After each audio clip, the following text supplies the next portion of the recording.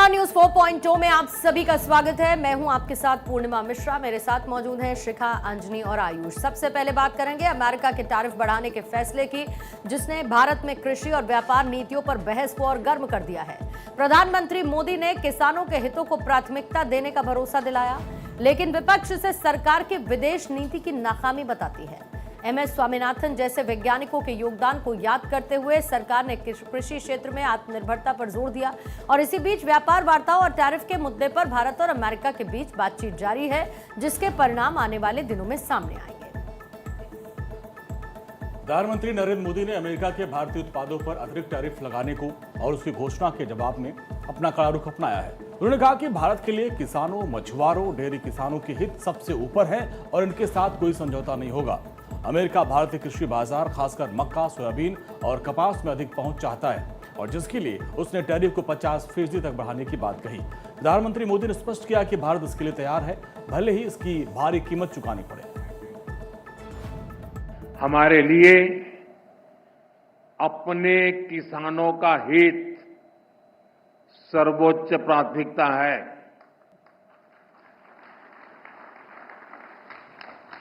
भारत अपने किसानों के, पशुपालकों के और मछुआरे भाई बहनों के हितों के साथ कभी भी समझौता नहीं करेगा।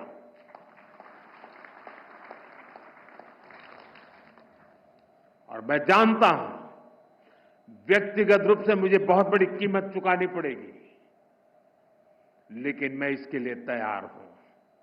मेरे देश के किसानों के लिए, मेरे देश के मछुआरों के लिए, मेरे देश के पशुपालकों के लिए आज भारत तैयार है।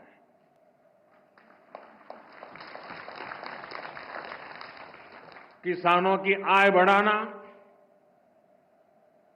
खेती पर खर्च कम करना, आय के नए स्रोत बनाना, इन लक्ष्यों पर हम लगातार काम कर रहे हैं। समाजवादी पार्टी के नेता अखिलेश यादव ने प्रधानमंत्री मोदी के बयान पर तंज कसते हुए कहा कि सरकार को 10 साल पहले किसानों के हितों की चिंता करनी चाहिए थी। उन्होंने कहा कि भाजपा सरकार विदेश नीति में पूरी तरीके से असफल रही। अखिलेश ने तंज कसते हुए कहा कि सरकार दावा करती थी कि दुनिया में भारत का सम्मान बढ़ा है, लेकिन अब टैरिफ जैसे मुद्दों पर ऐसी बातें कहानी लग रही है, जो कि दुखद है। उन्होंने सरकार की नीतियों पर सवाल उठाते हुए किसानों के लिए और ठोस कदम उठाने की मांग की है। प्रधानमंत्री नरेंद्र मोदी ने प्रख्यात वैज्ञानिक प्रोफेसर एमएस स्वामीनाथन की जन्म शती के अवसर पर उन्हें समर्पित एक स्मारक सिक्का और शताब्दी स्मारक डाक टिकट जारी किया। इस मौके पर उन्होंने स्वामीनाथन शताब्दी अंतर्राष्ट्रीय सम्मेलन का उद्घाटन भी किया। इसका विषय सदाबहार क्रांति, जैव सुख का मार्ग है। यह सम्मेलन स्वामीनाथन के खाद्य सुरक्षा और कृषि क्षेत्र में योगदान को रेखांकित करता है। पीएम मोदी ने स्वामीनाथन के कार्यों की सराहना की और कहा कि स्वामीनाथन ने भारत को खाद्यान्न उत्पादन में आत्मनिर्भर बनाने में बेहद अहम भूमिका निभाई। शिक्षक नियुक्ति की घोषणा के साथ ही बिहार में छात्रों ने प्रदर्शन किया है। टीआरई 4 की परीक्षा से पहले ही स्टेट की परीक्षा कराए जाने की मांग को लेकर छात्र आक्रोशित नजर आए और अपनी इसी मांग को लेकर पटना की सड़कों पर उतरे। छात्रों का आंदोलन पटना विश्वविद्यालय के पास से शुरू हुआ। प्रदर्शन कर रहे स्टूडेंट्स ने हाथों में तख्तियां लेकर प्रोटेस्ट किया। प्रदर्शनकारी छात्रों का कहना है कि बिना स्टेट टीआरई 4 एक छलावा है। आज एस्टेट को लेकर के पूरे बिहार के कोने कोने से छात्र यहाँ पर उपस्थित हुए हैं और इन लोगों का एक मांग है कि टीआरई 4 से पहले एस्टेट होना ही चाहिए। सरकार इससे पहले भी वादा की थी। बिहार स्कूल एग्जामिनेशन जो इसका कंडक्टिंग एजेंसी है वो उन्होंने वादा किया था कि हम लोग साल में 2 बार हम लोग एस्टेट कराएंगे, लेकिन आप देख लीजिए कि 2025 आधे से ज्यादा साल बीतने को चला है, लेकिन अब तक एस्टेट का पता नहीं है। सरकार दिल की चलता है ना, लेजिस्लेचर जुडिशरी एग्जीक्यूटिव, सरकार जुडिशरी से बड़ी हो गई है। सरकार चलता है, जुडिशरी, लेजिस्लेचर, एग्जीक्यूटिव। सरकार एग्जीक्यूटिव पार्टी में आता है, जुडिशरी नहीं। और जुडिशरी के बात को रहे हैं, कौन कितने बड़े हो गए हैं, हमारी बातों को मानेंगे। बिहार में छात्र आक्रोशित हैं और लगातार प्रदर्शन कर रहे हैं। प्रदर्शन को रोकने के लिए बिहार पुलिस ने लाठीचार्ज किया, जिसमें कई छात्र और छात्राएं घायल हुए। छात्रों का आरोप है कि वो शांतिपूर्ण तरीके से प्रदर्शन कर रहे थे और उन पर ये कार्रवाई क्यों की गई। आक्रोशित छात्रों ने आरोप लगाया है कि सरकार ने समाज के कई वर्गों के लिए कार्य किया है, लेकिन लाखों बेरोजगार शिक्षकों की मांगों को लगातार नजरअंदाज किया जा रहा है। कई छात्र अपने भविष्य को लेकर चिंतित हैं। ऐसे में उनका शिक्षक बनने का जो सपना है उस पर पानी फिरता नजर आ रहा है। इस वजह से छात्र पटना के जेपी गोलंबर पहुंचे, प्रदर्शन किया। उत्तराखंड के उत्तरकाशी जिले के धराली गांव में बादल फटने और भूस्खलन के बाद बड़े पैमाने पर बचाव अभियान चलाया जा रहा है, जहां पर सेना, NDRF, ITBP, SDRF, Uttarakhand police और स्थानीय प्रशासन के सहयोग से फंसे हुए लोगों को मातली हेलीपैड पर लाया जा रहा है। उत्तराखंड सरकार के मुताबिक गंगोत्री और बाकी इलाकों से 274 लोगों को हर्षिल लाया गया, जो कि सभी सुरक्षित हैं। इसमें गुजरात, महाराष्ट्र, मध्य प्रदेश, उत्तर प्रदेश, राजस्थान, दिल्ली, असम, कर्नाटक, तेलंगाना और पंजाब के लोग भी शामिल हैं, जिन्हें अब देहरादून लाया जा रहा है।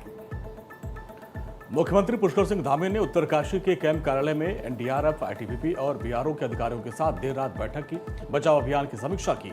सीएम धामी ने घायलों से मिलने के लिए अस्पताल का दौरा भी किया और स्थिति का जायजा लिया। उन्होंने अधिकारियों को राहत और बचाव कार्य में और तेजी लाने का निर्देश दिया।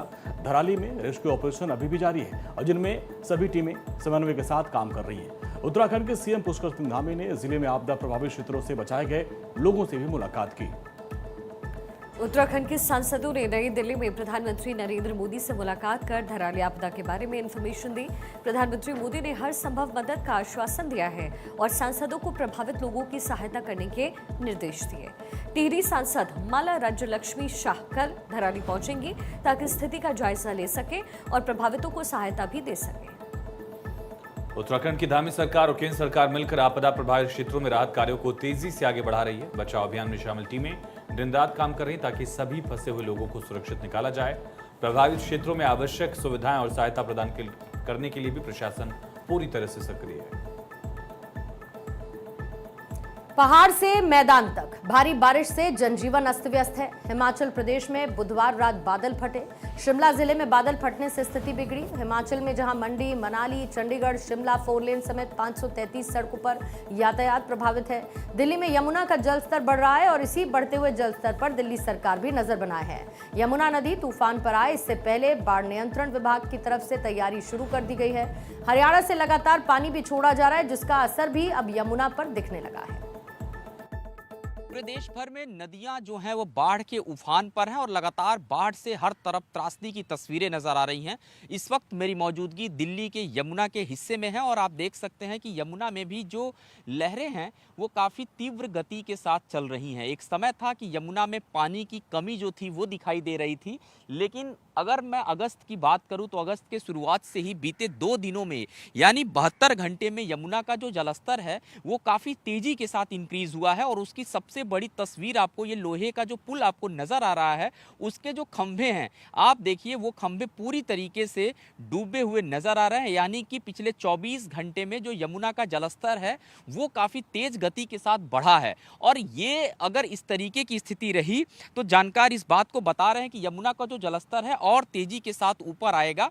हालांकि यमुना के सफाई अभियान का काम भी दिल्ली सरकार बहुत तेज गति के साथ कर रही है और ऐसे में जो हरियाणा के तरफ से पानी का जो दबाव बना हुआ है राजधानी दिल्ली के तरफ, यानी हरियाणा जो पानी छोड़ रहा है उससे कहीं ना कहीं जो प्रेशर जो है वो बढ़ रहा है और उससे जो यमुना नदी है वो एक बार फिर से अपना रौद्र रूप लेने के लिए तैयार है। हालांकि प्रशासन की तरफ से, बाढ़ नियंत्रण विभाग की तरफ से तमाम जो तैयारियां हैं वो की गई हैं और बीच बीच में यमुना के निरीक्षण का जो कार्य है वो भी अधिकारियों की तरफ से लगातार किया जा रहा है। यमुना के आसपास में बने वो झुग्गी और मकान जो लोग वहां पर रहते हैं उनसे भी कहा गया है कि वो अपने स्थान को खाली करके ऊपर के हिस्से में आ जाएं। हालांकि बाढ़ नियंत्रण विभाग की तरफ से यमुना के सटे हुए उन तमाम हिस्सों में राहत कैंप लगाने की तैयारी भी चल रही है।